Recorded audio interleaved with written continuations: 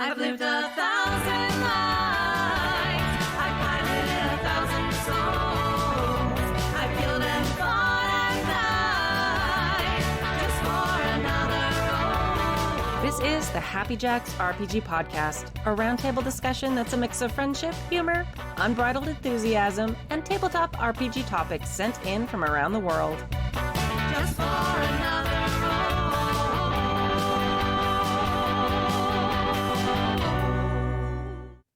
Hello, and welcome to the Happy Jacks RPG podcast, season 34, episode 23. My name is Kimmy. My name is Vixie. Sorry, I told you, it's really hard to remember my name, okay? It's fine. If we did it right, people would think that was the wrong podcast. And I'm Felix. That was simple, wasn't it? Just to say my own name. Well done. All right. Okay, next time. In today's episode, we talk with Felix Isaacs, creator of The Wild Sea and Pico. For emails, Carlos from Detroit asks about our favorite ways to source information from players during games. And from the archive in 2018, Sand from Lakewood wants ideas about how to use visual aids during game sessions. If you'd like to contribute a question or topic to the show, you can email us at happyjacksrpg@gmail.com. That's happyjacksrpg@gmail.com. Or you can drop something in the mailbag channel in the Discord.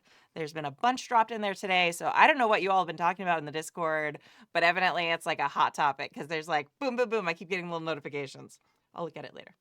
All right, announcements. We are coming to the end of season 34, and we will be starting season 35 in January of 2025. We are actually switching days and times though. So we will be recording on Saturdays at 5 p.m. Pacific time, starting with season 35, which I think is like January 18th, I think. Something like that. So mark your calendars. Live stream then, obviously, everything else posted later. And that will hopefully give us a little bit more of a break. It's a little hard to do a show Sunday night before getting up to teach kindergartners or whatever the rest of us do for day jobs. So we're hoping that this change will give us a little bit more like hangout time afterwards. We're going to go to like the bar that's around the corner and stuff like that after the show. And then we don't have to like wake up the next day and be like our normal selves in real life. And also, our next game days is going to be January 11th. So if you are not part of the Discord, go ahead and join the Discord at happyjacks.org/Discord. And it's just a free day. You can run any game. You can play the games that are offered. It's just a really fun community day, and we get such a great variety of games run all the time. And we have a bunch of people in different time zones all over the world. So it sort of starts a little bit on like Friday and goes into Sunday, depending on where people are and when they're running games. So check that out. Again, Game Days is January 11th at happyjacks.org/Discord. All right, I'm not done talking yet, friends. All right, our Indie Designer of the Month for December is Megan Dawson-Jaffe, they, and they are one of the amazing designers behind Nerdy City Games. You can find their work by searching Nerdy City on DriveThruRPG or looking for Nerdy City on Instagram. This week, we're talking about the Chronos Universal LARP system. Chronos offers conflict resolution that takes only seconds instead of hours, the ability to transition seamlessly between narrative tabletop play and theater LARP play, and the versatility to run it in nearly any game world, all with the support of additional theme and world skin decks. So we have a lot of LARPers in the Happy Jacks crew. I'm not one of them. I did too many years of Ren Fair. I'm like traumatized for dressing up and being like around people. But the Chronos Game Organizer's Guide illustrates how to control meta aspects of the game system while providing mechanics for quick crafted NPCs and world events. It provides tools to make the LARP come to life. And it's available for download as a PDF for $5 at DriveThruRPG. Just search for Nerdy City and you should be able to find the Chronos game system. There's also a bunch of other things. There's like a player book. There's like it mentioned a bunch of different skin decks. There's a whole bunch of supplemental materials if you're looking for information about playing it in a specific setting or world or something too. So I think it's pretty cool. I've never heard of a system that transitions from tabletop to like a LARP environment. Have you heard of that, Vixie? It's really interesting, actually, because I've done both. Yeah. Mostly because the opposite reason for you, because I've done Ren Fair, but don't like, and I enjoy that improv aspect of LARPing. But yeah, the it's interesting to see a tabletop game move into the LARP space. Because Yeah. there are many games that like seem like they could work and then you try them and then they don't. So Yeah. So yeah, I'm interested to see how that works. mhm. I don't know. There's just something about like being employed by the Ren Fair and being like contractually obligated to do a certain number of shows a day that you're just like, 12 years later, I'm a little burned out at this. No, that But makes sense. but it's also but yeah, I love costumes, so someday, I keep saying every time we talk about LARP on Happy Jacks for the last 13 years, I've been like, I will do that. Yes. 13 years Listen, later. I'm here I still am. waiting for the Baldur's Gate cosplay group that we are planning We need to do someday. that. We need to do that so We need much. to Oh do my it. God. I'm ready. I'm ready, Kimmy. Just say the word. I know. When I get some free time between my game design, running a publishing company, running a RPG network, teaching kindergarten, and being a mom of a 4-year-old, I will sleep, and then eventually I'll make the Baldur's Gate cosplay. One day. One day. It'll be in college. We'll both be like in our 60s. We're like, we are from Baldur's Gate. Yes. It'll be perfect. Amazing. So Felix is being very patient as we just like swerve from through our discussion. So for mailbag 1, we're not doing a mailbag tonight. We are talking to Felix. So welcome, Felix. It's so great to have you on the show. We are big fans of the Wild Sea, and Pico looks amazing, which has just finished kickstarting, right? It has, yeah. Wrapped up 3 or 4 days ago. Yeah. Vouch for how amazing it is because it's like on my show. Yes, it was so fun. It's hopefully it's going to be fun. There's still a bit to do and not much time to do it in. But it's going to be fine. Everything's going to be fine. It's not like I've only got like a month and a half to finish off the entire book. Yeah, no, I have those feels right now. My editor's like, okay, so if you get me Starscape by like the first week of January, I'm like, oh god, everything's fine. It'll be great. I mean, That's exactly what it is. It's the editor going, so when am I going to see these completed chapters? And it's like, well, lots of them are almost complete. They've just got a little bit here and there. And yeah, it's like, that doesn't do anything for me. Get me completed chapters. Okay. it'll be fun. So, Pico, I was looking and I was very excited about it because the art for it is really like whimsical and charming, like Yeah. watercolor style and super cute. My daughter actually really loves it. I was like looking at the Kickstarter like a few weeks ago, and she walks up and she's like, "Mama, is that for me?" I'm like, "No, I don't think so." Oh. She's 4, so like Oh my god. Well, RPGs are a she's out of her. She's just out of the I can swallow the dice phase. So, yeah.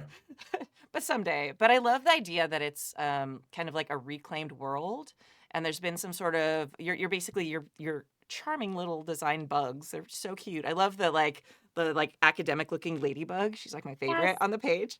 But your bugs, and it's basically there's been some sort of event that humans aren't on the earth anymore. You don't necessarily know what Yes. that is, which I love. And you like through gameplay, you get to have your little bug adventure and also fill in the details of like where did all the humans go? Yeah, the Mysteriocalypse. That's Mhm. the one. Yeah. Because I love post-apocalyptic stuff, but I think a lot of post-apocalyptic stuff is not taking advantage of the true benefits of post-apocalypse, which is that you can kind of do what you want. Um, a lot of people go for, and there's nothing wrong with it inherently, but a lot of people go for like everything is broken, everything is drab, everything is grey, everything is brown, and that's fine for a certain kind of game. But like for both the Wild Sea and Pico, they're both post-apoc in their own way, and they're both vibrant as a touchstone, both colorful, both lively, because I think that's just more fun. Yeah, I think the term we've been using at the booth, and I don't know if you came up with this term or if someone else told me this term, is like verdant punk. So I haven't come up with that, but it's a good term. okay, maybe I did that. I don't know. I've heard Wild Sea referred to as solar punk, Mhm. which is what kind of tuned me into it because I'd heard of the solar punk genre before, Yeah. which was how I got into Wild Sea. And then I got obsessed. And then I decided to go bother the publisher until he talked to me. And that was how I ended up on like, poor Ray. Like this rando was like emailing him, "Who are you?" But anyways, and that was how I got. That's how I met everybody. But anyways, um, sometimes persistence works. Not Absolutely. always. Yeah. Sometimes you get the cops called on you. So use me. But anyway, the thing that I like about Pico compared to the Wild Sea, because the Wild Sea frames the post-apocalypse in a very dramatic hero way. Like you are on the high seas, except it's green and it's trees and they will mess with you.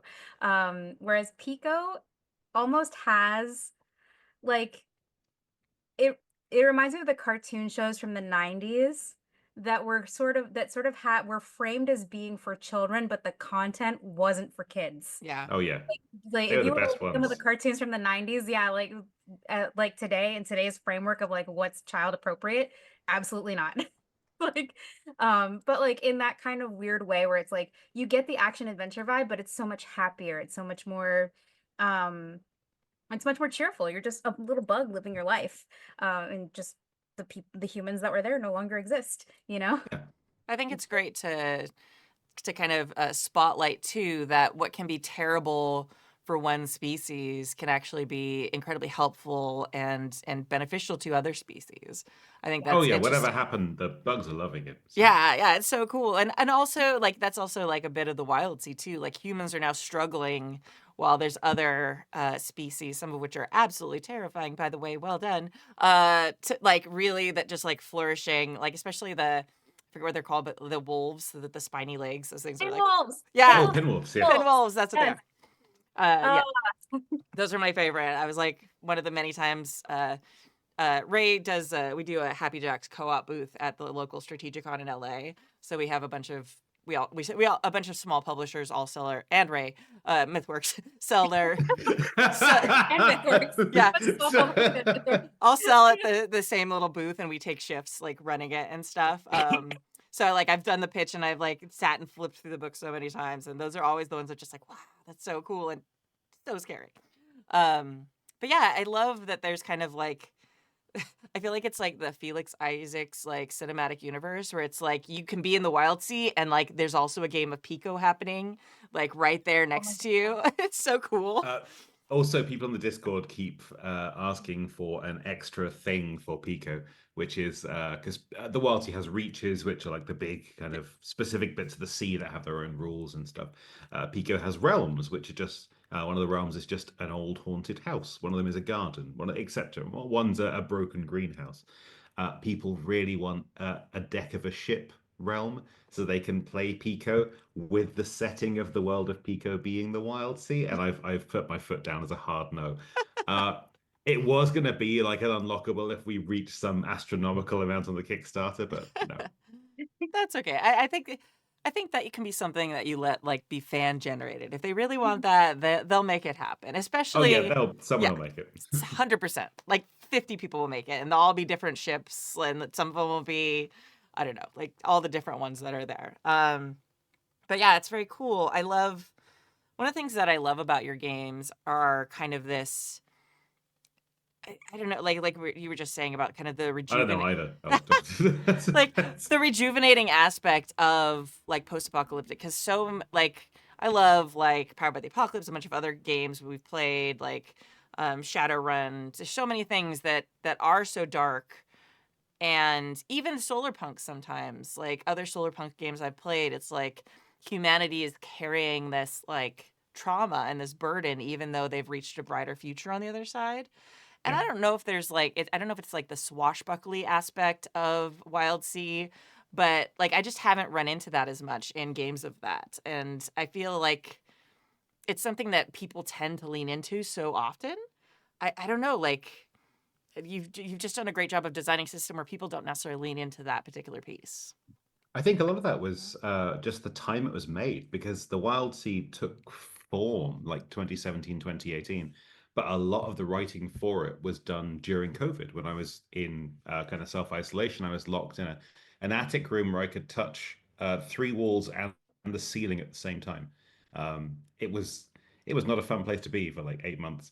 And while I was writing the Wild Sea, it changed from a more traditional post-apocalypse. The sea was still trees, like it was still weird, but it had more normal post-apocalyptic vibes to it, or more traditional post-apocalyptic vibes to it. And I think a lot of what kind of infected it, in the best way, was wow, I wish I was outside. Being outside is great, which is kind of what the Wild Sea is in the end. It's like, yeah, the world is dangerous. Everything ended and started again, but at least you're free. You're free to go and do stuff. Yeah, So, that makes so much sense. yeah. It's someday. I think like it's not going to be me because we've already established I don't have time. But I would love someone to like do a kind of retrospective or deep dive into how COVID kind of changed fundamentally a lot of game design and inspired certain types of games. Because I think a lot of people wrote very bleak games, but I think a lot of people really tapped into like community and hope and being free and things they wanted during that time and wrote some really really beautiful stuff. And I love that there were like aspirational what you wanted in the world came out through your kind of like post-apocalyptic, verdant punk, solar punk game. That's really cool. Oh, sorry. I tell you what, we're literally witnessing the start of another kind of micro age of games at the moment, tabletop games, which is Silksong has been radio silent for like 5 years. And 5 years is a good amount of time for someone to go, I hope that game comes out. That first game was really good. Hollow Knight was a fantastic game. I could probably make something like that. There's no point though. I'll just play Silksong when it comes out. Plus an extra few years, people going, I don't think it's going to come out at all, actually. I'm going to make my own game. Because when Pico launched, I was made aware very quickly, in some cases by the designer themselves, um, of at least three other bug-based tabletop RPGs in varying levels of completion. One I knew beforehand. That's Ryan's one, Ryan Khan. Yeah. Fantastic guy, fantastic game he's made. Bug Dish, Yes. excellent game. Yeah. Yeah, Former really good. indie designer of the month for like a year ago. I don't remember which month, but 2023, I think, something like that. Something, yeah. Yeah. But yeah, Bug Dish, because Ryan and I, we started working on Pico and Bug Dish at the same time. It's funny It how was that happens. literally a conversation between us that sparked the whole, let's make bug-based games. I won, obviously. Uh, I think it's really That's because he interesting. has a normal job and I don't. So That is a huge hurdle to overcome, I feel, for Ryan. I will buy you a drink, Ryan, next time we see each other. Again, more drinks. We had a lot of drink last time. But but yeah, I think it's interesting also how friend groups do that because it ends up I don't know why this happens, but like it ends up like TTRPG designers move in packs. And if one person in a friend group becomes a TTRPG designer, like other people start slowly doing it too. I was not like the impetus in our friend group who started the TTRPG designing, but I have also picked it up. And it's funny how things like that do bounce off and you get similar veins of game design and inspiration because so much of the inspiration comes from like your life and hanging out with your friends and oh yeah, yeah, so that's fascinating. Reminds me of like the old school it's artistic movements and artistic schools. Like you'd have the Exactly. impressionists, you have the surrealists, you have people who just are super into bugs. These are the bug folks. These are the tree people. Like it's really interesting to see how those games form. So Absolutely. yeah. So that was talking about, oh, sorry, I was going to say, talking all about good. weird schools of design.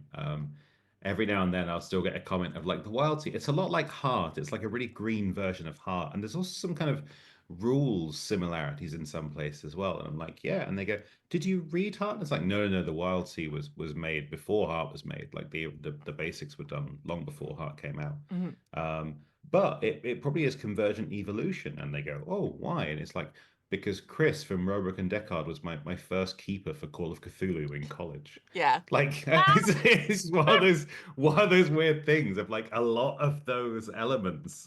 We literally played. He introduced me to tabletop role playing games. Yeah. And then years and years and years later, it's like, hey, I've made this tabletop role playing game. And a mutual friend of ours was like, no, Chris makes tabletop role playing games, And it's like, does he now? Oh God, he made art. So, Yeah, I so think yeah. like attracts like, and when you play with certain people, if you play with them a lot, you're going to end up with. I mean, especially if you stay playing with a person, you generally have very similar tastes in like mechanics or systems that you like and types of story or play styles. So it is interesting. My friend Jason also designs, and he and I have to like be really careful because we're like best friends. We hang out a lot. We are on the podcast all the time. We talk all the time. Um, because we end up kind of designing very similar to like what you were describing with you and Ryan, where it's like, oh, I'm gonna do like a Star Wars game. Oh, I started one of those last week. Okay, all right, you started yours already, so you can you do yours. I'll try and come up with a different idea. We have to be careful not to like design on top of each other. But My hardest thing is prioritizing projects because like it's a great problem to have. Don't get me wrong. It's nice when people want you to do stuff for slash with them. But I've also got my own stuff I want to do, and it's hard to fit it in sometimes. So, like Pico was just meant to be like a little palette cleanser, but it's turned into a like it's not quite Wild Sea sized book wise, physically or kind of page wise. But it's still a big proper game when it was just going to be like a I originally said, and the publisher will Ray will remind me of this often, I'm sure. It's just going to be like 60 pages. I think the last count was like 300. So yeah, yeah. That's that's.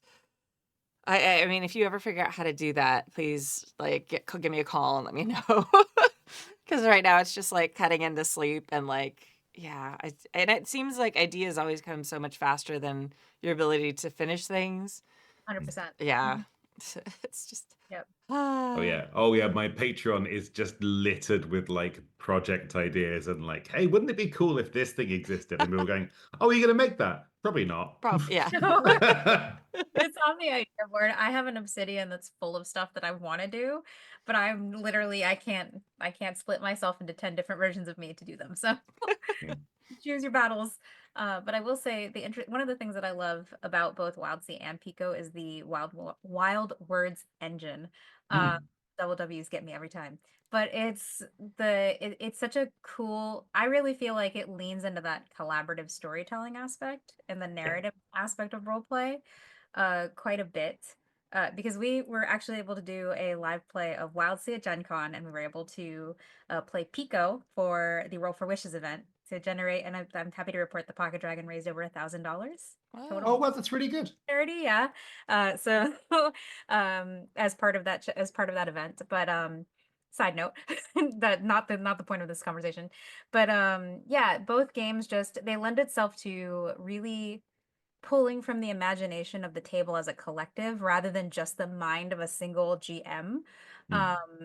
And so you build the world around you, and I think like you end up with stuff like cola sludge being bug Windex, basically. If you watch my big fat green Greek wedding, the running joke is like cola sludge fixes everything. um, or in the Wild Sea, things like the relationships with the crew that was really fun to build with everyone as well. Like, how are you tied to the story? How are we blending in? What reaches are we going to start in? Those kinds of things all really are fun to create and do as a group. It does lend itself to very to group discussion really well. It's definitely an aim I had from early on because I was the forever GM for a long time. So anything that democratizes the GM role, and in a way that is not just like I can't bother to do this, someone else can, yeah, Yes. but rather in a way that goes, if anyone else has any good ideas, we can fold these into the story in a way that's natural for the game. That sounds a lot more professional. Um, so it was a design goal. Oh, Part of that came from playing with Rick, our head of playtesting and now official member of MythWorks. Yes. Rick is a brilliant mind when it comes to just off the cuff creativity.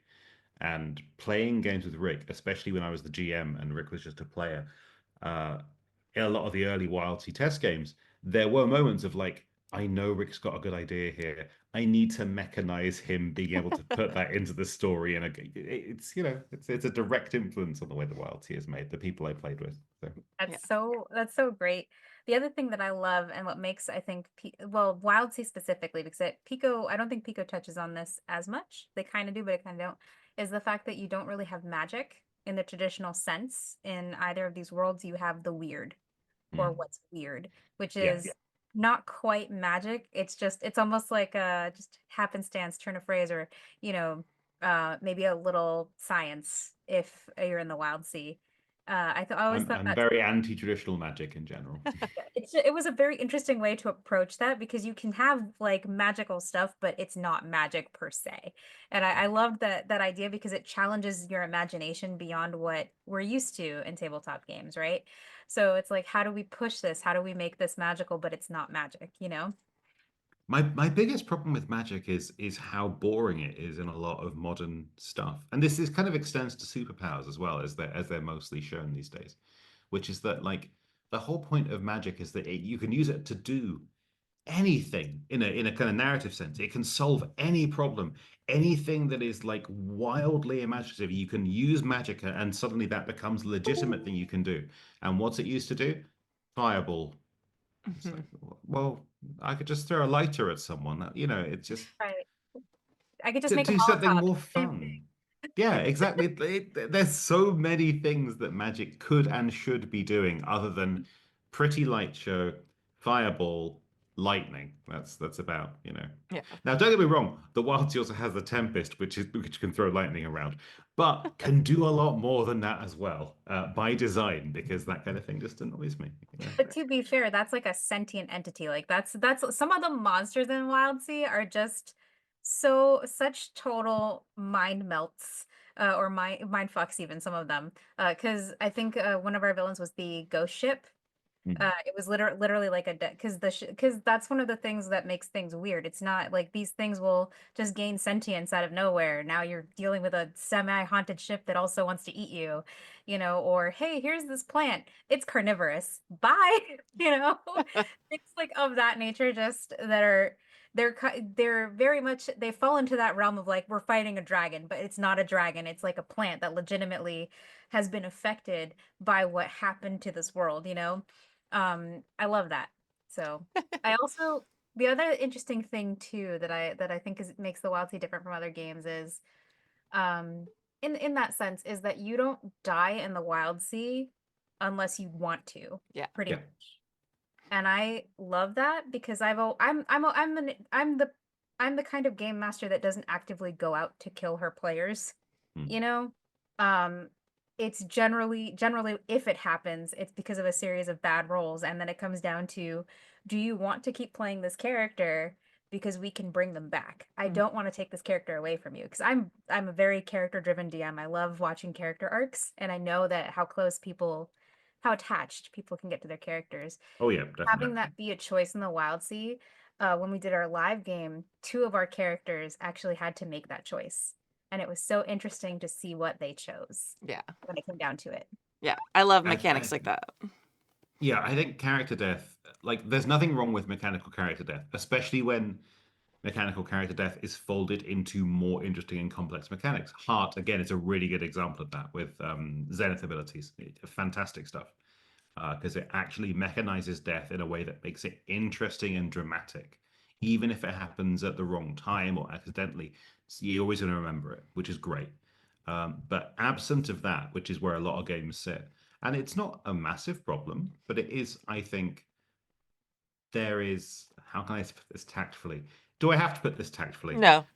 Okay, great. I think a lot of people are wrong.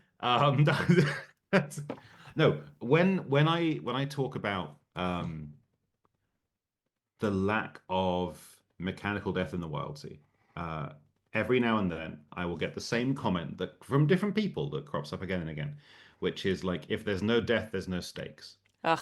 And the way I've tried to explain this is, I live on the fifth floor, but I live above some bushes. I could, if I wanted to go to the shops slightly quicker, leap off my own balcony. It probably wouldn't kill me, but it would be extremely dangerous, and I would have to live with the consequences of leaping off my balcony for a stupid reason for the rest of my life, or at least until I healed. Mhm. Um, that has stakes. Injury is stakes. Lasting consequences are stakes. Just because something's not going to kill me doesn't mean I should just do it. Right. The Well, lack of death in a thing does not mean a lack of stakes in any way, shape, or form. yeah. And I think it's such a reductive way to look at things, and it annoys me every time I hear it. Yeah, well, As you can tell by especially the fact that how animated I got there. right, exactly. But especially in like crew-driven stories like the Wild Sea, like the lasting impact of losing the trust of the other crew people on your ship, like that can be a huge story point, and like the emotional stakes of if you do something ridiculously reckless, it like the stakes there might not be like the worst thing that could happen might not be that you die. It could be that you survive and have to face the wrath of everyone else on your ship for Yeah. for who knows how many more years, things like that. And those are much more interesting stories to tell. Oh yeah, Exactly. and I And Yeah. mean, death is like the lowest stakes outcome for a lot of things. It's right. like your character's dead. Do you have to deal with the situation anymore? No. I Yeah. always Great. subscribe to the mentality when it comes to games that there are fates that are worse than death. So like in the Wild Sea, I had to go do the thing you tell everyone not to do, which is to go right to the bottom of it. I need to see what's on the floor.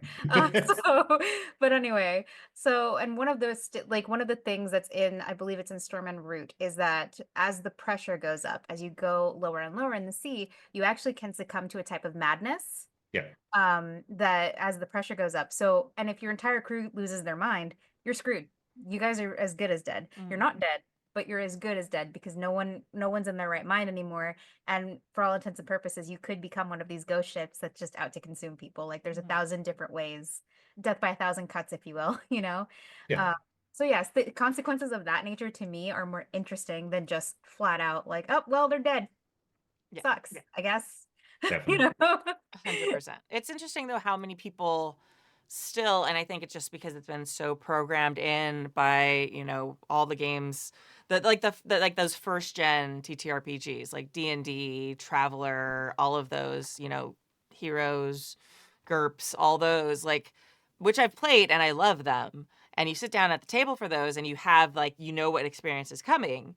But I think also like as TTRPGs evolve and go down different paths of design, I think it's hard sometimes for people to pull away and think of things as a collective story and the fallout of emotional, storylines and consequences being just as viable as your character ending.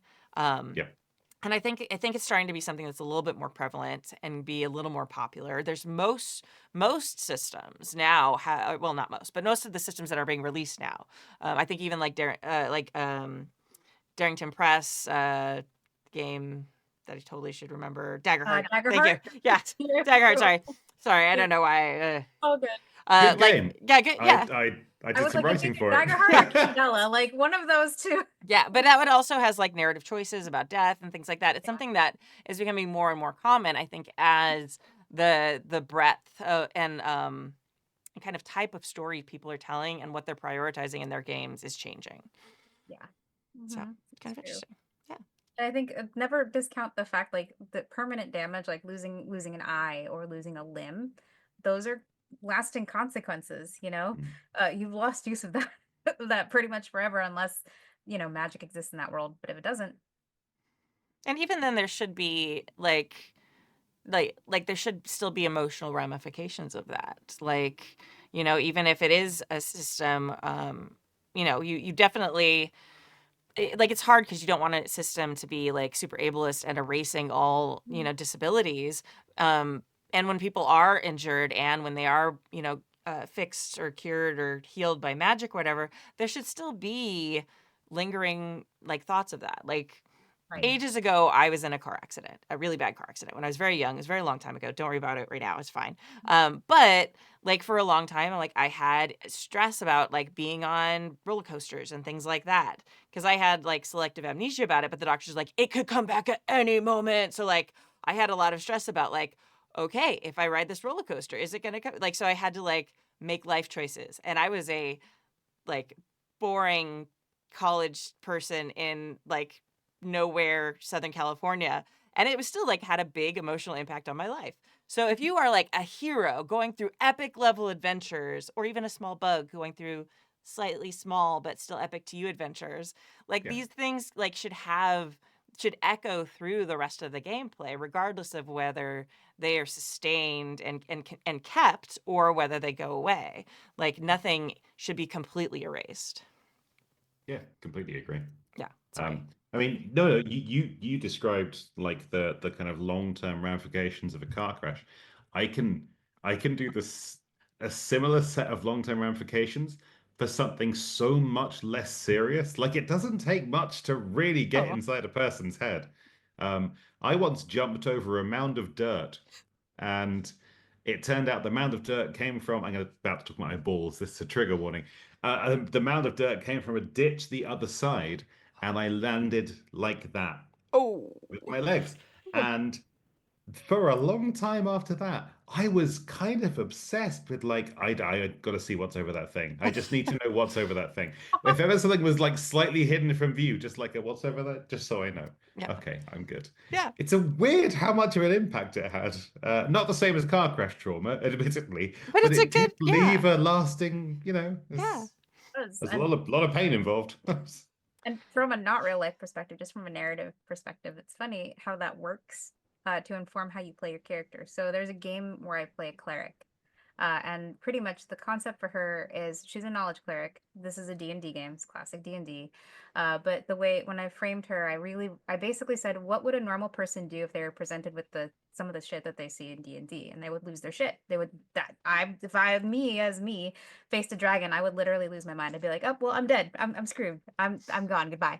And I said, okay, let's take that dial out up to 10. But because of the character also has a lot of trauma in their backstory, and the long and short of it is things impact her more heavily emotionally. So a lot of the traumatic things that have happened, I think they just recently faced a hag where many of them were maimed or hurt.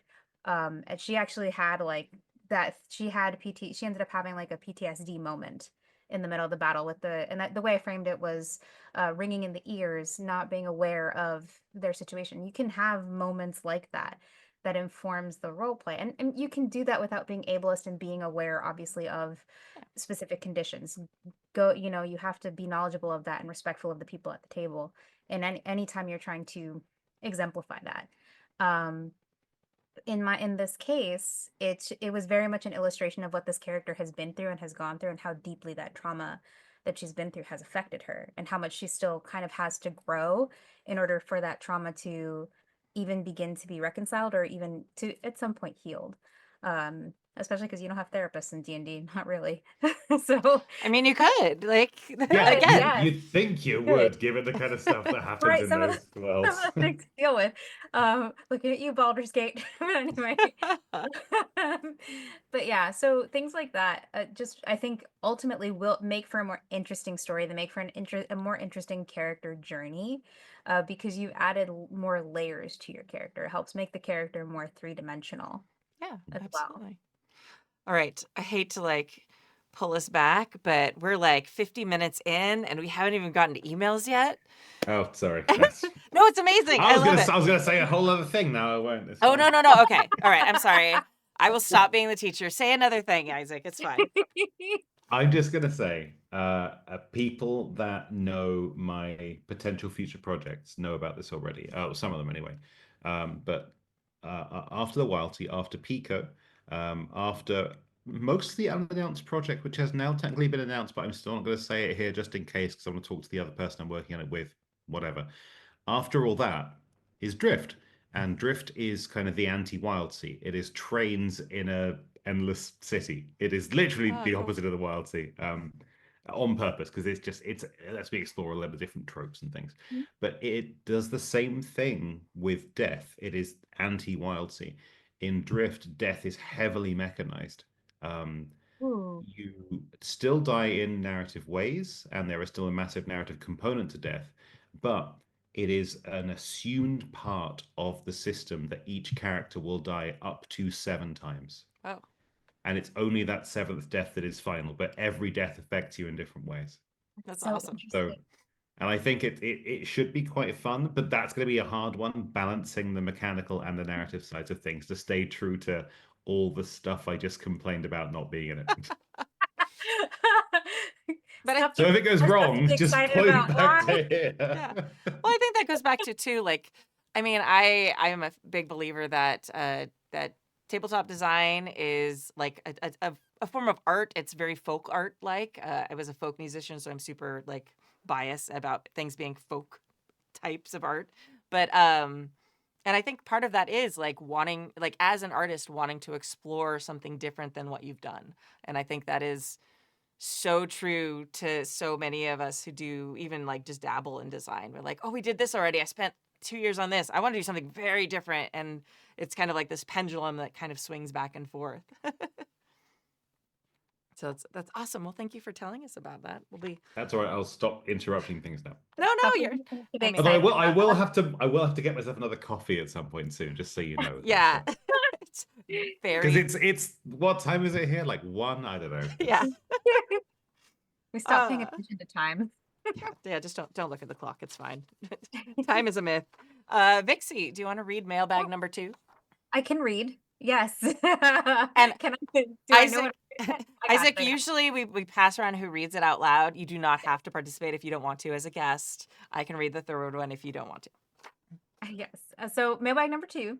Dear Happy Jackers, I am so happy to have found this podcast. I found every discussion delightful. The current gear that is continually spinning in the back of my GM brain is sourcing the table, asking players for descriptions, adventure hooks, world building, etc. What are your favorite ways to do this during session 0? During an adventure? During downtime? What are some of the games that do this especially well? Has it ever gone poorly at your table? And thanks again for creating this cool community. Carlos from Detroit. Thank you, Carlos. So yeah, this is I did not plan this segue of you saying how much you like designing this, Isaac, but this works out so well. So yeah, let's start at the top. What are some of your favorite ways to do this, whether you designed it into a game or not, in session 0? I can't just talk about my own stuff, can Sure, I? you can. You can. Or I mean, if you have stuff of other people's you want to talk about, but it's absolutely fine to be like, I believe this and I designed it to do this. It's fine. Well, let me give props to Rick again, head of playtesting Rick, for this one, because it was Rick's direct influence that made me think about pre-game and session 0 type mini/micro games to help set up the world you're playing in and elements of the characters. I hadn't really done it before playing games with Rick, and he is so pro doing that it is almost impossible for him to start a game without doing it. And there were times when, especially early on, when I was like, that's annoying. I just want to get into the game. But the more we did it, the more I was like, oh, this stuff's really valuable, actually. Like, this sets a really good ground level for everyone to kind of understand. This is where we are. This is what we're doing. And here are a few interesting facts about the world / about us. It's brilliant. So the Wild Seas Unsetting Questions, which is asking players at the table to contribute the answers to questions asked by the Firefly or the GM, and the answers may or may not be true. You don't have to worry about what is internally consistent with the world or your own characters or the history or what anyone else has said. You can just give some stuff as answers. It helps get everyone into the same creative space, which I think is really important. And more than that, it gives the GM interesting stuff to potentially springboard onto once a game has started. I think it's one of the nicest ways to kind of setting early, or to establish bits of a nebulous setting, which the Wild Sea is. So. Mhm. And thanks to Rick for directly influencing that. Amazing. Good job, Rick. There you go. Yeah. Rick. Now I'll let someone else do a thing that's not my own stuff. Well, it's funny because I was just thinking of Aaron setting questions for our Wild Sea game, and they made fried slugs one of the foods that from like their particular spit, because they were in, I think it was the Foxlock Reach, but they were on a different spit. Because I was like, I have to destroy something. I'm not going to destroy something that's canon. I'm going to make it up. Oh, you should have done. I'm just like, see this beautiful thing that you've created in your book? It's sunken. It's been eaten by the Wild Sea. Bye. But no. So, and one of the, see, I did take a little bit of liberty because I love doing this in session 0s, especially when I have people who get super into the narrative and into the characters. I have a relationship mini game that I play where I have everybody at the table, especially with a game like Wild Sea, just really lend itself to that. I said, okay, I personally hate the everybody meets at a tavern trope. Like you've all been hired, you're meeting for the first time. So what I do is I have everybody roll 2d6 for each player at the table. 1d6 decides what you know about that person. 1d6 decides how well you know that person. And if you roll a 1, I think you get a rumor. The player that you roll that about can decide whether or not that rumor is true. And Oh, I that's do cool. this for not just for WildSea, I've actually also done it for other games as well. I find that it's a great way to establish relationships early and help people get into the mindset of, well, I've only worked with them once or twice. I've heard that they're like this. You don't know if that's true or not, and that gives you something to focus on during the game as well to Yeah. find out if that's true. You know, and that's a really effective way to build fast bonds at the table and get more out of role play situations and give people more to work with in role play as well. Because the more people role play, the less work I have to do. So, but yeah, and I think the unsettling questions are always fun. I think Wander Home also does a really great job of asking similar questions where you're like, what about this, interests you? What about this is unique? Name a choose. I think they have you. I think in Wander Home you choose specific parts of the location that exist Yeah. as well, like where it exists, what it's between, things of that nature, Hmm. which are also great to help set up setting in session 0 as well. Mhm. I love doing this. I love doing this so much that I wrote a game that just does this, actually. uh, it's a tarot deck that just has a bunch of questions that are all create character connections, character backstory, and then like the information about the world.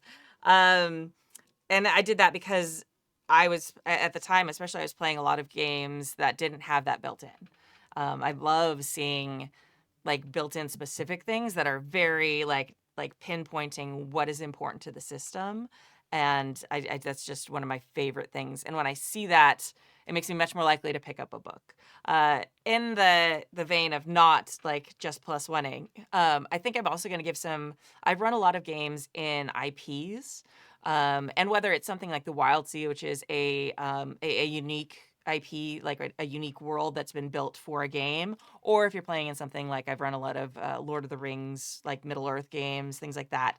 I think it's really helpful as a GM before you get to asking questions to make sure that everyone at the table has like a shared understanding of the lore of the world or the basics of the world.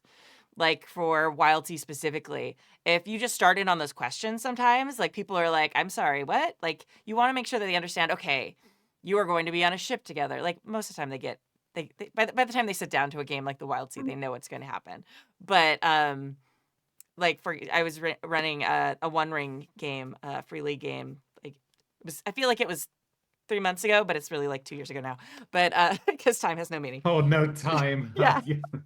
But like some of the people at the table like spoke Elvish with me, and then like some people at the table are like, I saw the movies once.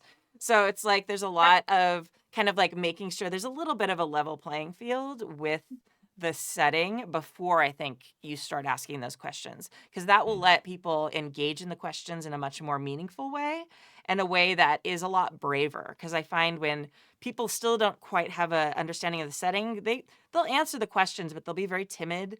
They'll be a little less likely to like really swing with all their might at that question and like create something amazing that's gonna like resonate throughout the whole campaign. So that's kind of like my advice. If you're the GM doing that kind of like pulling that information from the players in a session 0. This is the part where I tease Kimmy about the Gold Annie Award winning game she's talking about called Decima. I'll probably, if you don't see me ever on Happy Jacks again, assume I died. Okay. You're on the other side of the country now. I can't kill you for embarrassing me. It's fine.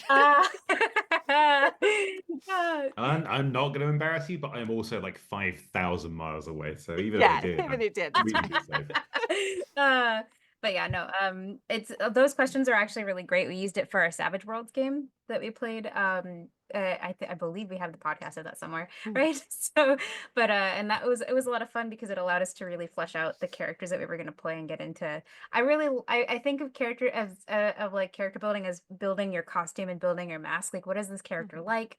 Because you're not actually that person, and it helps really flesh out the personality. And I've always been one of those people that the more I know about something, even if I don't use half the lore I create, it puts me in that mindset and helps me really be present within that character.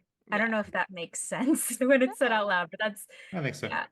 And it's the same with worlds. People like if you saw my copies of the Wild Sea and how they've been tabbed to hell and back, that was me literally like internalizing the game specifically so that if if the characters just took a U-turn or did a curve, I knew how to pivot because I know the world. And I'm like, okay, I can get you there. That's fine. Let's make this work, you know? Yeah. Um, So what's but so like just to kind of keep us moving? What's your favorite way to do this outside of session 0, like during the campaign, during gameplay? You said, Isaac, that you designed specific mechanics for it. Do you want to like describe some of what you did and why you did it for the Wild Sea? I know you keep talking about the Wild Sea, but I think it's interesting when more than just GM style, it's actually mechanized. I think that's important. Can you give me the specific wording of the question? Okay. As a teacher, I appreciate this. Okay. Yeah. My brain is continually spinning back in the back of my GM brain. Is sourcing at the table, asking players for descriptions, adventure hooks, world building, etc. And then, what are your favorite ways to do this during session 0, which we covered, and then during an adventure? I love doing this, and I did it oddly enough in a game that I ran for a podcast like 2 days ago. Every now and then, pull the camera out to somewhere else because we are working in the theater of the mind, and the theater of the mind is adapted from what we know. It's adapted from film, it's adapted from TV, it's adapted from books. You can shift perspective to other places. Now, it doesn't work for every group. Some groups hate that kind of thing, but most, especially those that really enjoy the narrative side of things, they love that camera being pulled back every now and then. It gives players the chance to establish facts and to contribute ideas to something which does not impact the current moment, but that they could come back to, and it gives them context of the world. I think that kind of thing at the midpoint of a session, especially after like a body break or something, before so it doesn't like interrupt the flow of the action. It's already been interrupted. The I think it can work really well. The example from 2 days ago, I was playing the Wild Sea, so I guess I haven't gone far away from that. But I was running the Wild Sea. It was they were inside the crew were inside a kind of large ghost ship type thing, and we pulled the camera back, and they then got a chance to both describe and establish what is happening on their own vessel, their own tiny vessel moored next to this massive ship, because they had crew there. They had a frenzy parrot, they had a lemur, they had stuff going on there. Um, and relating that kind of stuff, giving them a chance to talk again about that kind of stuff, it helps ground them all in what's happening, which is really, really good. And it also helps remind them of the stakes of what they're doing and what they're going back to.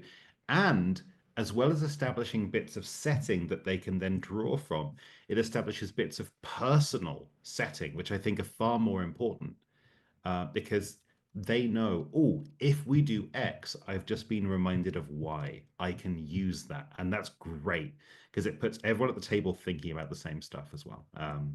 So I think that pulling the camera out and not being afraid to show a little bit of action, even that the characters don't know, because everyone metagames. Yeah. It's just a given. Everyone metagames. Don't be afraid of doing that stuff, I think. 100%. Absolutely. There's something interesting that I haven't implemented it in a game yet because I go by vibe and I just haven't really wanted to do this. And it's something that Abria Iyengar did, where someone I think missed a perception check on one of the games she was GMing, and she's like, "Cool, here's what you don't see." Yeah. I love that idea. It gives it gives additional context. Like, here are the stakes. Like, you wanted stakes, here they are. These are the stakes. There's another GM that I know, Sphinx Akasha, does this too, where we're in a game of Fabula Ultima, and at the end of the game, he gives you kind of conversation with the villains. of the game and how they're trying to foil the heroes. And it's like, well, your guys didn't work, so now we got to send my guys. And they kind of have these arguments. So you understand that there are things operating outside of the hero's perspective. Mhm. And it adds an additional layer to the story that you can follow that I think is really, really cool. But yeah, and so stuff like that is during game, I think is absolutely fabulous.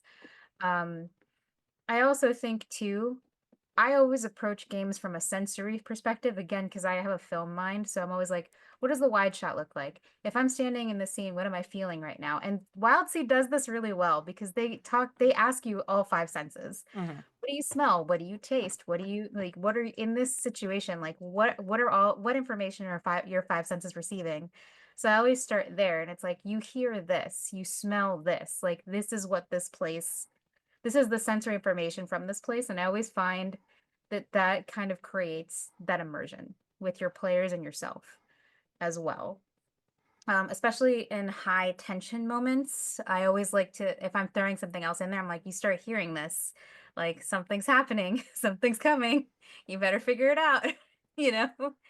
Um, and never underestimate the value of mechanics either. Whenever I love the way faces change whenever I'm like, so I'm gonna start a timer, or one of the things I do is I put a D6 on the table or whatever size die it is, and that's my timer. And when it comes down to one, the thing that I said is gonna happen happens. We did it for when we beta tested Daggerheart. I actually did that for one of the monsters, and everybody's face just kind of went, and I was like, this is great. But yeah, so adding those stakes helps kind of, I think it makes it more fun for the right table, for Yeah. sure. Yeah, I hope absolutely. that answered the question. Yeah, you But did. did I go off on a tear? I'm I sorry. mean, if we didn't go off topic, I think people would think they were listening to the wrong podcast, honestly. So it's very on brand to be off topic. And it's a very wide question. Like Huge. Oh, Yeah, it's a narrow question with wide answers. exactly.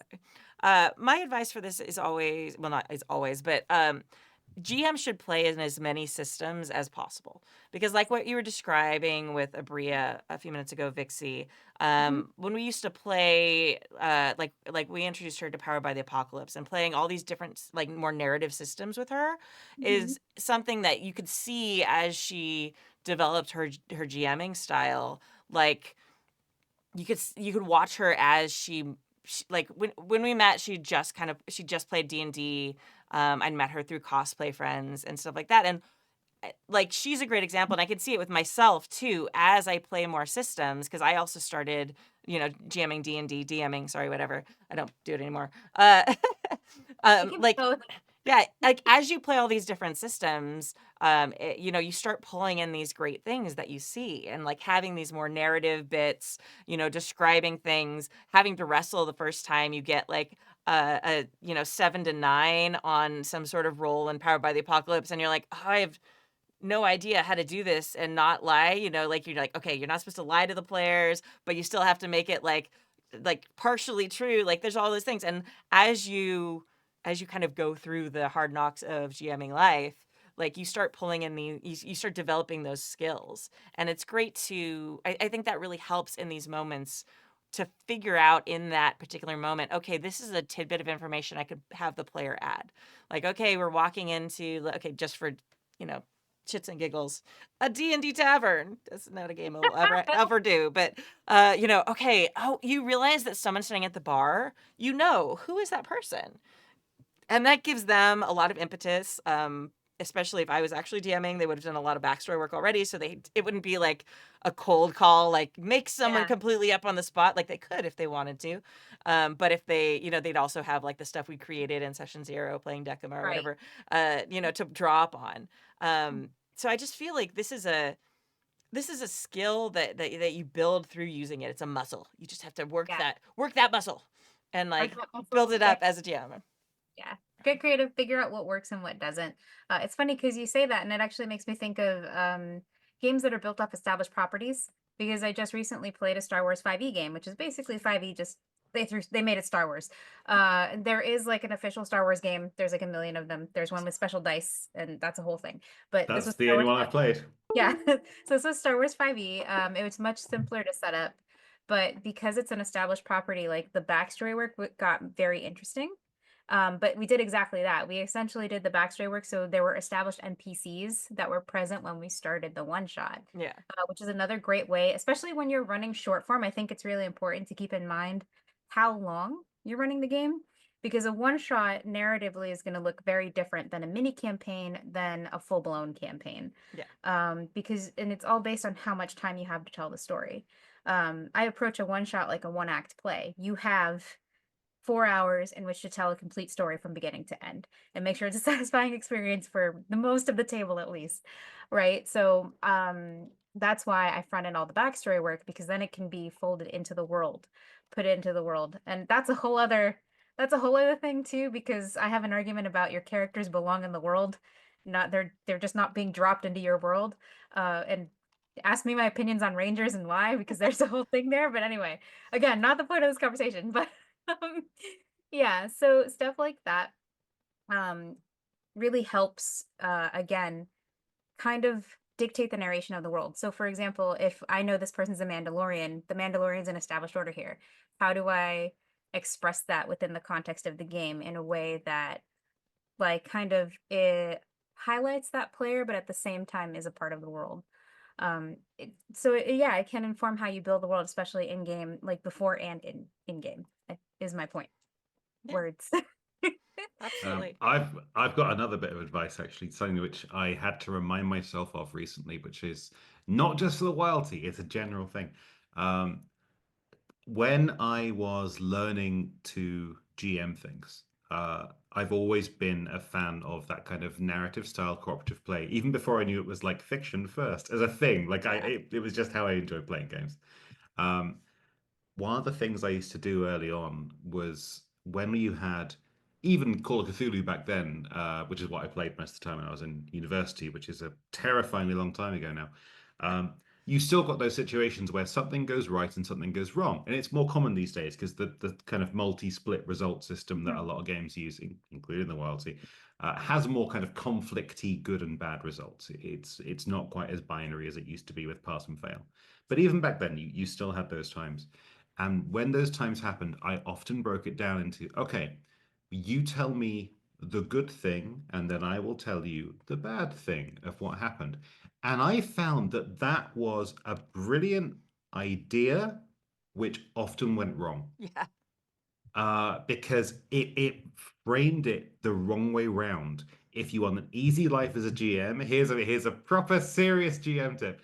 If you want an easy life as a GM, do your bit first, because that sets parameters for the players, which helps stoke their creativity and helps keep them down a path, even if it's a short path, a path that you might be able to then keep the story going on from. Yeah. So whether you give them the bad thing or the good thing doesn't matter. But generally, not always, because once you get used to playing with people and you know roughly the kind of things they're going to do, although they'll always surprise you, but you know roughly, do it in whatever order you like. But prime people when you can with set parameters, and then give them the chance to make something up that can go a little bit, but not too much outside of those parameters. Yeah. Right. I think that really helps with having I was say students. I have flipped back into teacher mode. Really helps with having players. That's the word. Players. I have that effect. Players give that bit of extra creativity and help them contribute to the situation and to the world. Yeah. Yeah, I Agreed. love that. And great example too of something like that is games like PBTA, Blades, and in this case Daggerheart as well, because that's the example I'm citing. Usually present something as success with a cost. Mhm. Like, as if you can partially succeed where you do the thing, but it comes at a cost. Mm. And one of the questions that I ask players, this especially like Daggerheart is the example because that they also have a similar mechanic within the game where it's as it relates to hope and fear die.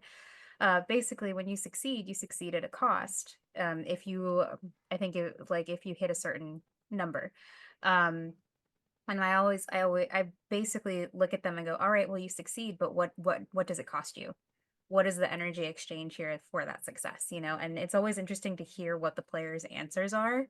Well, I lost my torch, and now we're in the dark. I'm so sorry to hear that. You're in the dark. And do you have dark vision? No? Wow. That's rough, buddy. But yeah, so stuff like that is always, I think the two things that I would recommend are the ability to pivot, because nothing is ever going to go the way you want it to. And that's why I'm a big advocate of knowing your world, because that way you know where to pivot, you know? Um, and the other thing that I would say is really is throwing it to your players. Mm. If you're out of ideas, there you have great minds around you. Theoretically, these Well, maybe, yeah. maybe theoretically, as I said, in theory, you're surrounded by great minds. Pick those brains. Yeah. Let's go. You know. Or the old standby, call a bathroom break and give yourself some Oh, time to yeah. think. Oh yes. Actually, on that point, I should make myself a new coffee Okay. as we go into the thing. Coffee The time. final one. All right. Okay. I will read the last email as you get another coffee. All right. Mailbag number 3 from the archive in 2018. Hello, happy jackers. Hoping for some advice to stir some discussion on using visual aids at the table. Lately, I've been trying to add more visual elements to my tabletop RPGs because a picture is worth 1,000 words, especially when only half my players know what a Necron flayed one is and why they should be shitting themselves when I say that there is one walking in the door. Taking a cue from Roll20, I have been making sort of PowerPoint presentations related to the weekly adventures that I can display on a screen next to the table where all my players can see. And this has been great. It gives faces to NPCs, it shows the scenes that players are in, it makes the sessions much more immersive. At first. For, you see, players being players, there comes a point in every session when the PCs do something that I could never have planned and therefore have no slide for. The PowerPoint lines up great with the starting scene and the adventure, and maybe 1 or 2 scenes after, but by then the players will have found a new path to follow, and all the rest of my slides will be useless. Or not useless, since if I have a slide of the big bad, Chaos Marine Sorcerer in his lair, then the PCs will probably get there eventually, but eventually will be like 5 or 6 sessions after they choose a random plot threads to interact with. PCs, I need to make up on the fly to justify the universe being fleshed out. In my last couple of sessions, I've actually just thrown in 1 or 2 or 3 blank slides in the PowerPoint after the first couple of scenes, so that when the PCs hit the point where they go off track, I can dynamically fill in the slides where the PCs watch and giggle. And this, well, it works in that it doesn't disrupt pacing as much, and the players like to laugh at me sweating bullets as I Google for new sewer maps and pictures of Ecclesiarch contacts. I don't know what that says, but I assume it's a D&D term. I'm gonna People- say, I'm like, what's an ecclesiarch? Are we playing Warhammer? I Because don't know. that's okay. Yeah. It's Warhammer. That's the other thing. That's the one thing I know like less than D&D. But it doesn't feel as elegant as it should, and I'm guessing there's a better way to get the same effect. So have you got a better way? Because I'm stumped right now. Or can you think of other equally visually dynamic ways to keep PCs involved in the plot of the story and brought into the universe? Please find the attached copy of the latest PowerPoint from this last week's game reference. Thanks. Sincerely, Sam from Lakewood. And I'm just going to describe, like, I did look at this PowerPoint. It is amazing. Like, the background is like these amazing pictures that they've sourced from the internet of like creepy castles and things like that, with like the big bad in front, which they're kind of like obviously cut and pasted, like they're like images on top. One of them was, my personal favorite was like some horrific My Little Pony monster with like multiple heads and stuff Oh, and like God. giant fangs. It was very cool. It was bright pink. So these are very entertaining slides, but they very much were like a very like clear path. Like, Yeah. this is what's happening. Like, it was almost like a storyboard of what the GM wanted to have happen. Yeah. So I could see why that would run into problems, as it were. Remember when you talked about needing to pivot Right, exactly. like 5 minutes ago? So, I mean, I applaud like the idea, because I do think having visuals like that are very immersive. I like Theater of the Mind because it is so easy to pivot. So as a GM, that's almost 100% what I go with. We had to have some visuals and maps and stuff when we did the One Ring campaign because it's part of the mechanics of the system. But that's just like a map of the Shire or the zone you're in Lord of the Rings. So it's something that's very easy to come back to. You don't have to, you change where you are on the like on the map a little bit if you want to. There you go. And but it's not like having like a scene by scene like yeah, I already said like basically a storyboard. Yeah. I think I think the first mistake is assuming that this is going to be a linear path. It never is. Something that I do in all of my games is I have adopted a methodology called all roads lead to Rome. If there's something I really need you to do or see, you're going to do that thing. It doesn't matter what route you take. It is a fixed point in time. It is going to happen. Like, and the thing is that only the advantage of being the game master in a situation like this is the fact that you're the only person who knows what the fixed points and times are. So it's not like you're trying to control or railroad your players. You're just letting them do their thing, and whatever that thing is going to take them there. They don't know what's behind all three doors. You do. Whatever door they take has the thing you need them to find. Yeah.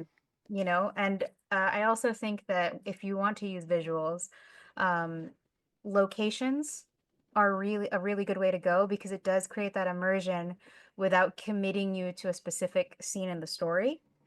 Something else I've seen other GMs do is if you want to share a specific monster that they're fighting or something that just walked in the room, pop that story in or pop that picture in a Discord chat or in another area so people have that visual in front of them. That's like, oh, here's what you found this is what you're dealing with. Oh God, you Yeah. know. I do want to call out, this is from 2018, which is Yes. still pre most of us doing online gaming. Like that was something that most True. was like foisted on most of us. I'm using those words incorrectly, but you know what I mean. On us during the pandemic for a lot of us. So yeah, I think a lot of us are much more comfortable now with different like multimedia aspects. Like Sure. even if we are at the table, like most of us are in a shared Discord or something like that. So it's like, hey, like even if you don't have a monitor up or something, hey, I'm gonna tweet, text this to everyone or whatever it is. That's been something that's happened at tables I've been at a lot. You can do that. And I mean, if we're going back to 2018, you could also just print a picture of the monsters or again, make a PowerPoint slide of just that monster and be like, this is what you're dealing with, without committing to a specific scene and making it less of a storyboard and more of an informative thing for them. Yeah. Is I guess the point that I'm trying to make. I think you can, rather than giving, you can do more with less is the point that I'm trying to make. You can still do that just not as committed to a specific linear progression of the story, in a more, this is what's happening, these are the things that kind of need to happen kind way. If Yeah. if that makes sense, I hope. So Yeah. I always question myself because I started talking. I'm like, have I gone You're off the great. deep end? No. You know? Have more confidence in yourself, Vixie. I'm sending you Yeah, I'm confidence. trying. You're doing great. Thank you. I'm Uh, working on it. My goal for 2025: be more confident. Yeah. So I like pulling it back. I also think like less is more with that rather than having full scenes with like backgrounds and multiple characters like a storyboard. Go more like teacher information slide with it. I know that's always my advice, but like instead of having like your whole scene, like have like the slide that's for this big bag or the slide that's for this creature. And the cool thing, if you're working with Google Slides specifically, I'm sure you can do it with PowerPoint, but it's been literal years since I've used actual PowerPoint. But I am old enough to still call everything a PowerPoint until I'm like, I mean slides. So there's that. It's not awkward. It's weird. But like the cool thing about it is if you display like the first slide in a Google slide presentation, you can grab and drag any slide and drag it to the top. So without doing a bunch of flipping around, you're like, oh, okay, I want them to see this monster now. Grab it, drag it to the top of the PowerPoint presentation, or slide. See, just did it. Grab it to the top of the slides presentation. Drag it to the top of the slide deck, and it's the first one. And then boom, that's the one that pops up there. So then you're getting individual like shots. You can do cool like dramatic backgrounds and make it look pretty without having it like as a recreation or like an animated version of what you're picturing in your head the scene to look like. Because I think most people, especially people who are drawn to RPGs and stuff like that, like once they get the picture of the creature in their head, they can kind of weave it into what is happening on the map or whatever system you're using, theater of the mind, with their characters themselves. Most of the time, you just want them to understand what, like, okay, this is what a mind flayer looks like if they don't know, things like that. So I think having individual slides that like have them is going to be a much more effective tool, and much more, like we were talking about a minute ago, able to pivot. Because if they decide to go to the tavern instead of to, Strahd's castle, then just grab the slide that has the tavern keeper, drag that to the top of the deck, and you don't have to stress out about, oh, I don't have a whole tavern scene with like the wench and then like the bar and the all the things. I can say wench. I was a wench at the Ren Fair for a long time, so I'm allowed to use that term. But I can use it because I'm British. If I yeah, there you go. It does. But so yeah, I think that's going to be, if you're really, really dedicated to having visual aids of that nature, I think that's going to be a much more functional and maneuverable way to use it. I personally don't. Like, if there's something I really need people to see, like, I describe it, or I have them describe it, or if I really have to, if it's like in a book, like the pin wolf, like, here's what it looks like. Hold up the book and just show them, because also like the books are pretty, and then it's like the art. Yeah. Anyway. Yeah, so like that's just my personal preference. I'm a very, very theater of the mind heavy GM, and if like sometimes you have to like go over things so people understand like where everyone is, but most of the time I'm not playing systems that matters that much. So there you go. Yeah. I have a point to make that I didn't think I'd have. Oh, I don't do visual aids in general, especially not for online play. One of the things that actually pushed me into being a TTRPG creator and writer and designer, I guess, full time, is my inability to run things online when it came to classes at the school I worked at. It literally, I hated it so much I stopped teaching. That's how bad it was. COVID again, it was a thing. I never think about visual aids, but the time when I do end up using things unexpectedly, even for myself, is during convention games. Because a lot of convention games, especially when you have a limited time, like 30 or 45 minutes for a tiny pickup game type thing, visual aids can be really helpful. But the way I use them is rarely to show everyone at the table something. It's often just to show one player and then have the burden, and it is a nice burden, but still occasionally a burden, of describing that thing on them.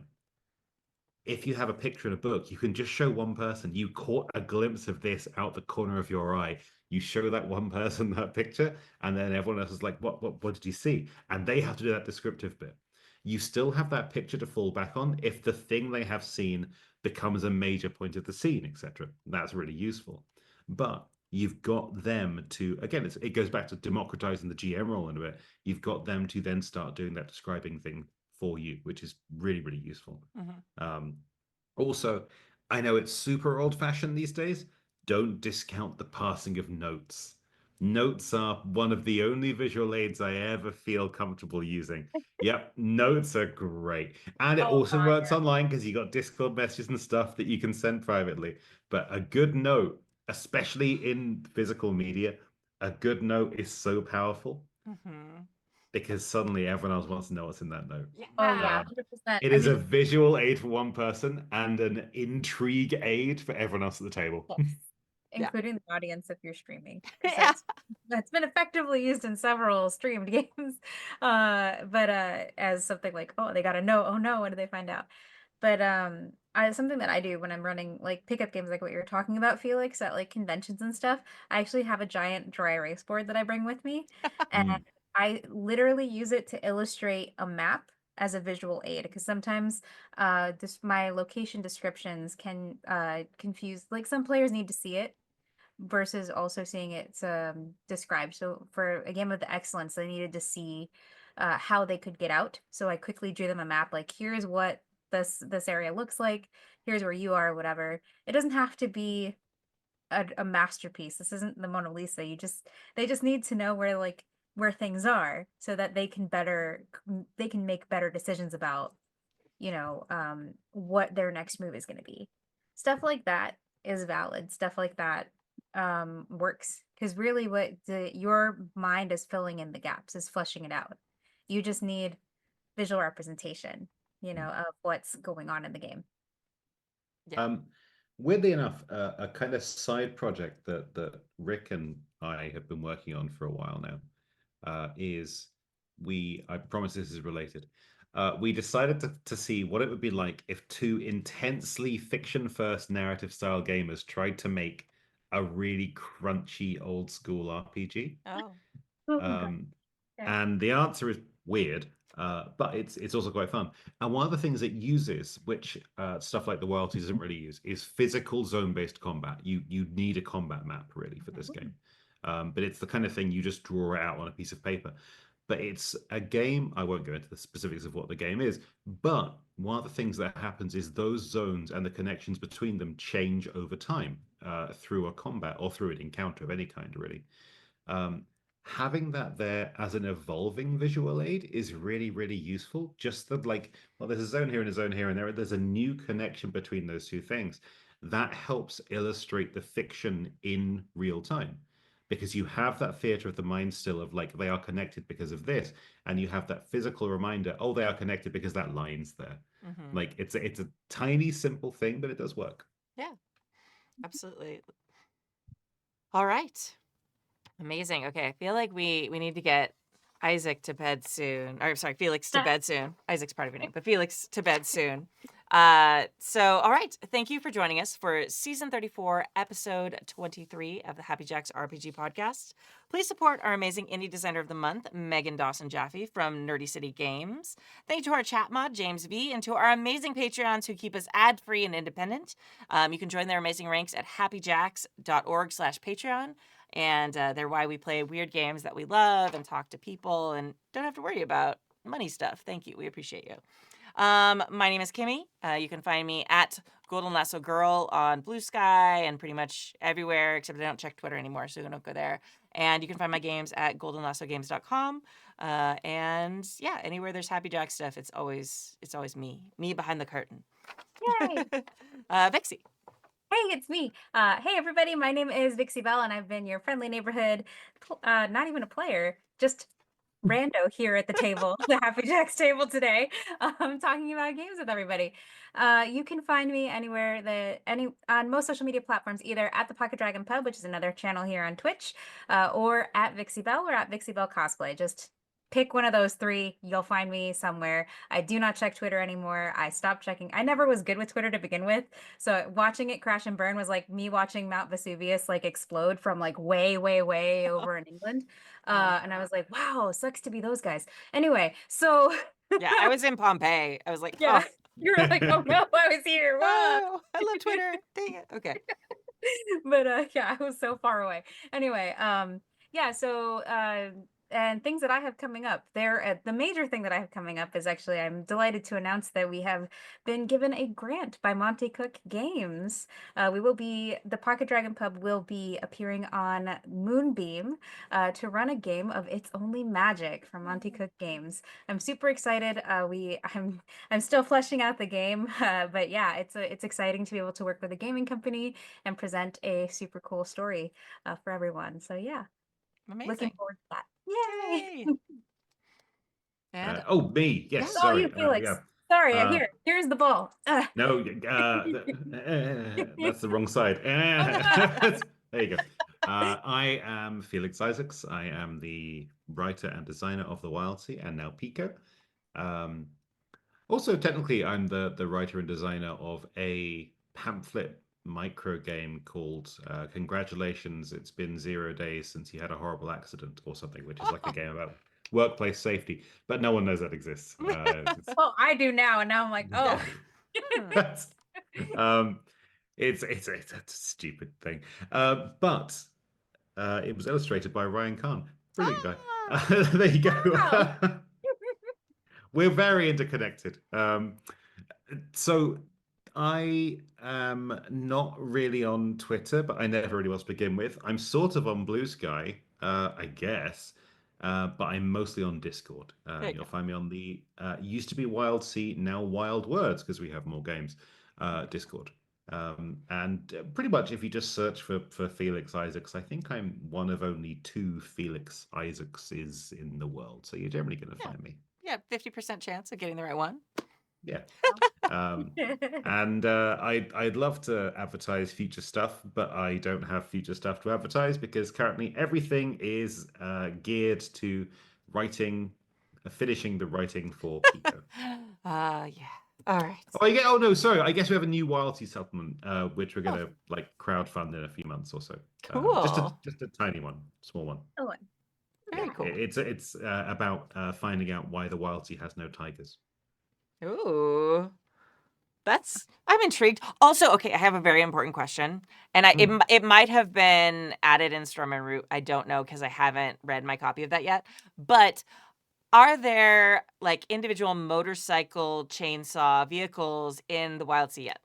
There are? Okay. Yes, but one of the things I want to do for a future supplement is flesh that system out so you can do like a whole kind of Wild Sea biker gang thing. But I don't know if I'm going to be able to yet. I just know that's a thing I want to do. Okay. love Well- that. I'm already like into the submarines and the skyships, so like this is just. Well, making if it you need like a motorcycle passion, I don't have it anymore. My husband, when we got married, like we had problems, like very stressed out whenever I went riding. But if you want some input on like things from motorcycle culture, I could, That would be really we'll useful, have actually. coffee or tea or something. It'll be great. Very cool. Although oddly enough, I actually can ride a motorbike. It's one of the few things I can do that no one ever expects me to be able to do. I can't do it legally, but Oh, a friend of mine grew up on a farm, had big private fields, got bikes, so I spent a lot of my childhood tootling around fields at ridiculous speeds, and luckily not dying. So yeah. No, that's an important part of that. So yeah. the whole not dying thing. All right. Yeah, who knows? All right.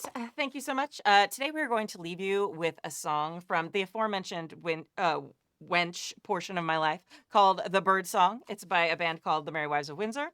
I'm singing in there. You can hear me. And I play mandolin. But yeah, you can find them at mwow.net. And yeah, we'll see you next week. Thank you, everyone. Bye.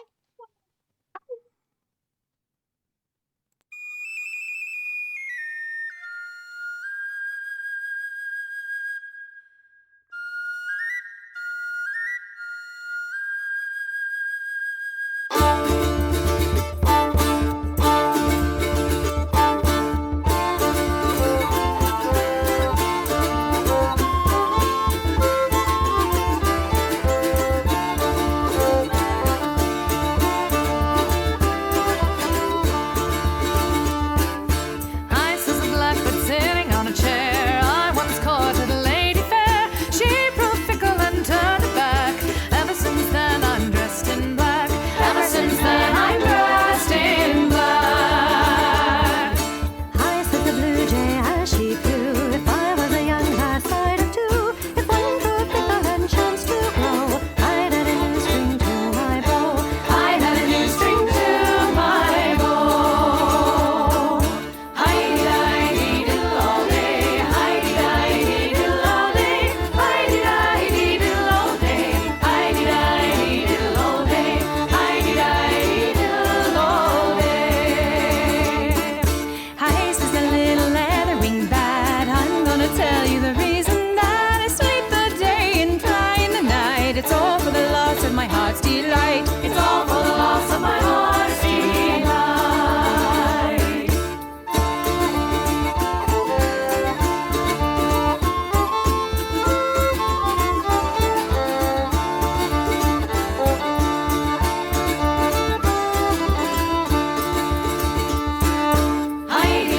Hi-di-di-di-diddle-o-day, hi-di-di-di-diddle-o-day, hi-di-di-di-diddle-o-day, hi-di-di-di-diddle-o-day, hi-di-di-di-diddle-o-day.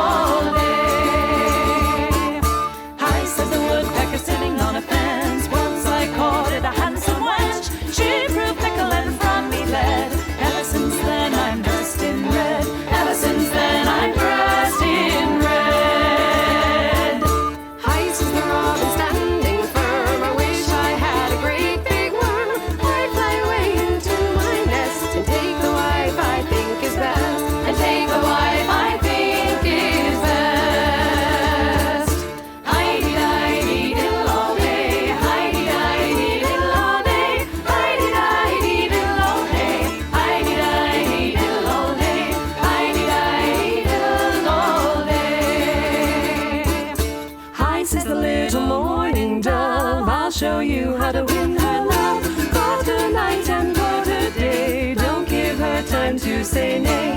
Don't give her time to say nay.